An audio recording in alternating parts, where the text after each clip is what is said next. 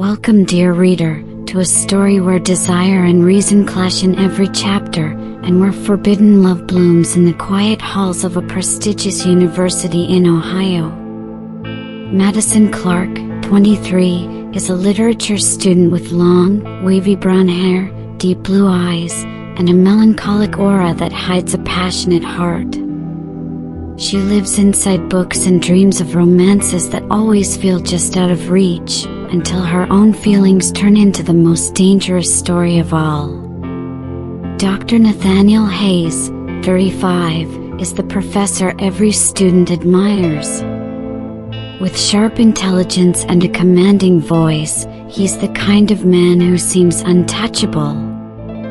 His tailored shirts and calm posture conceal a lonely heart that once broke and never fully healed. In the old room 304, between discussions on Shakespeare and Emily Dickinson, a connection is born, one that defies the rules, threatens reputations, and ignites a flame neither of them can extinguish.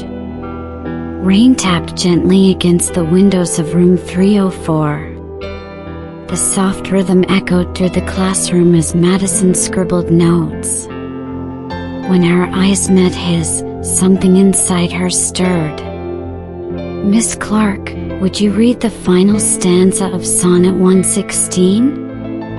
Her voice was soft, but steady as she read. "Love alters not with his brief hours and weeks, but bears it out even to the edge of doom." Silence lingered. His gaze held hers, longer than it should have. There was something unspoken in his expression, admiration, and maybe desire. Later that day, she knocked on his office door. Her hands trembled slightly as he opened it. "I wanted to talk about my essay."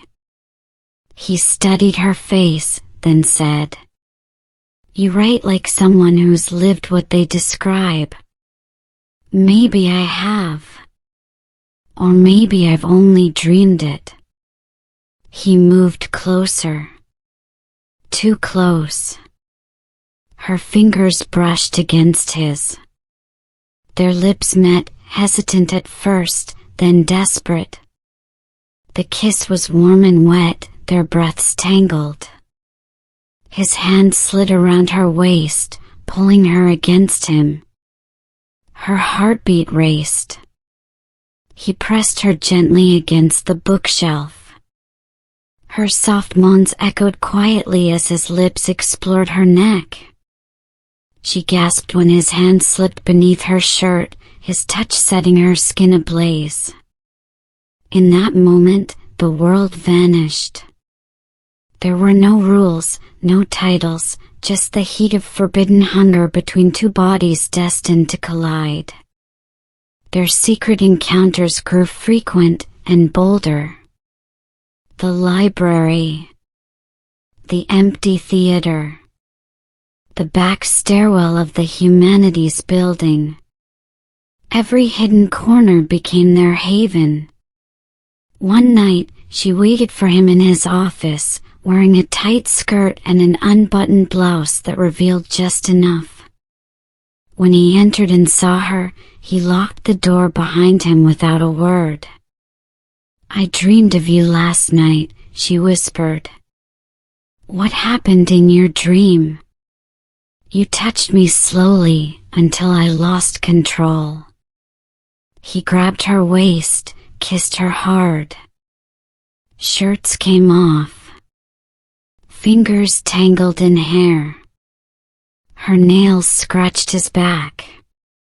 She pulled off her blouse, baring herself to him. His lips worshipped her skin with devotion.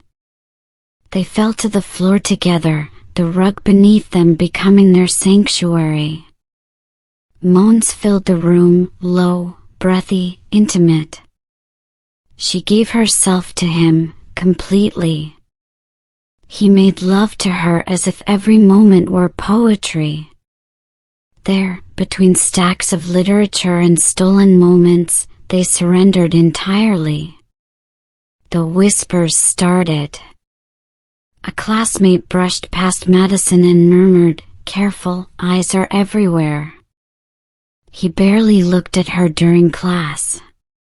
Later, he pulled her into his office and closed the door behind them.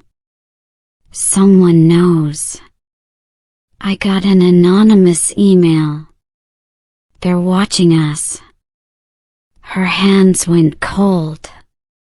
"What are we going to do? If this comes out, I lose everything. My job, my reputation, and your future could be ruined." She looked at him, teary-eyed. "Then push me away. If it protects you, forget me." He stepped closer, voice shaking. "You think I can do that? You've become part of me, Madison. You're my favorite story, and I never want to stop reading." She broke down in his arms. Their bodies trembled, hearts pounding. Neither of them said it, but both knew it was far too late to turn back now. On the last day of the semester, he left his resignation letter on the dean's desk and walked out of the building without looking back.